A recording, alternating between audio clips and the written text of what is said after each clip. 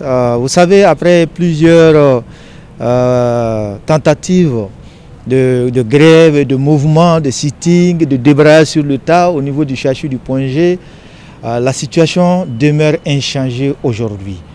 Nous avons cru à un moment donné qu'avec, à la suite de ces mouvements, que nous allons avoir vraiment gain de cause, nous allons avoir une amélioration au niveau du plateau technique, vraiment un apaisement au niveau du climat social, mais aujourd'hui c'est la grosse surprise.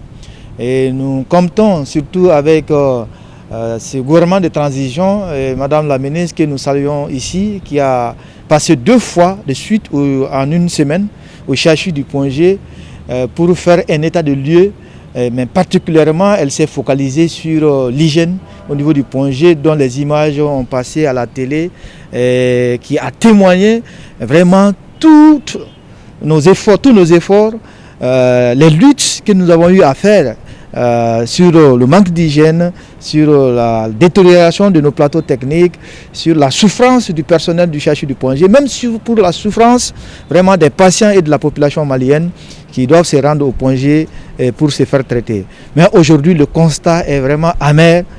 Malgré ces efforts-là que nous avons consentis pour vraiment demander une amélioration des conditions de vie des travailleurs, une amélioration vraiment du plateau technique, une amélioration vraiment dans le traitement des patients, de la population. La situation demeure vraiment inchangée aujourd'hui, ce qui est une grosse surprise à notre égard. Sincèrement, aujourd'hui, la situation actuelle du Point G n'encourage pas aujourd'hui. Elle n'encourage pas aujourd'hui. Donc, vraiment, tout ce que nous pouvons dire aujourd'hui, depuis le début de notre lutte, il y a à peu près 2 ans, et nous réclamons les mêmes choses, mais le gouvernement ne parvient pas, l'administration de l'hôpital ne parvient pas à relever le défi dont nous souhaitons pour un changement au niveau du CHU du Point G. Alors, la nouvelle stratégie, c'est aussi simple, mais même si c'est des fois compliqué, mais pour nous c'est aussi simple. Vous savez, le syndicat, l'arme du syndicat, c'est de réclamer les droits. Pas les droits des travailleurs seulement, mais les droits même de la population, les droits des patients. Si vous constatez aujourd'hui, à un moment donné, nous avons lutté pour qu'on puisse réouvrir la réanimation du CHU du Point G aux autres malades qui ne sont pas les malades du Covid. Mais aujourd'hui, si vous constatez, le constat est tellement amer que la réanimation Covid proposée par le gouvernement, proposée par l'administration de l'hôpital du Point G, qui doit être ouvert au niveau du centre Covid-2, demeure vraiment un problème aujourd'hui, parce qu'aujourd'hui, cette réanimation n'est pas encore ouverte aux malades du Covid-19.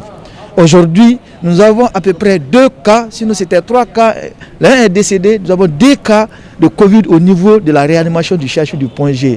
Et chose qui a été décriée par l'ensemble des travailleurs du CHU du Point G il y a longtemps.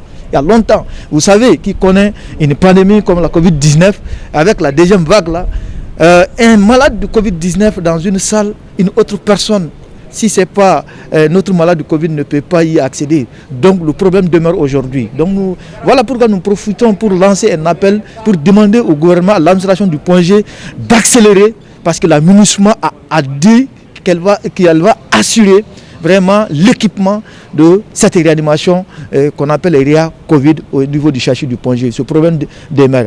Pour revenir encore à votre question par rapport aux nouvelles stratégies, nous allons toujours vraiment demander à l'administration du Point G de faire tout pour faire la part des choses au niveau du Point G.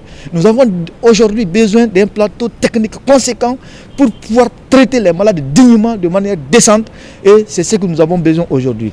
Nous avons besoin que les agents qui sont sur le terrain, vraiment de la prise en charge du Covid-19, que ces gens-là soient traités de manière vraiment que ça se doit.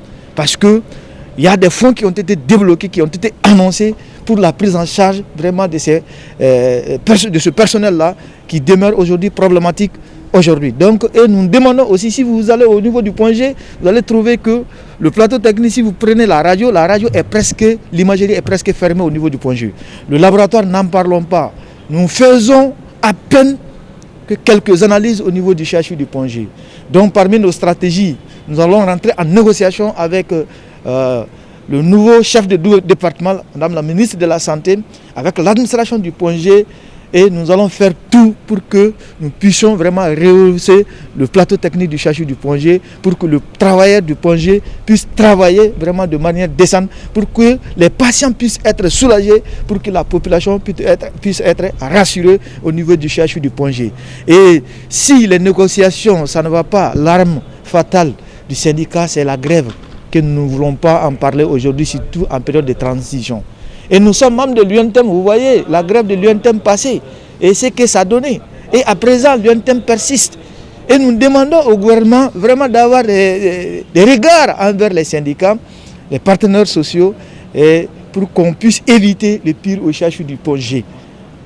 Au niveau national, mais au CHU du Pongé. Nous sommes les travailleurs du CHU du Pongé, nous voulons travailler, mais nous n'avons pas les moyens requis pour vraiment donner ce que nous voulons.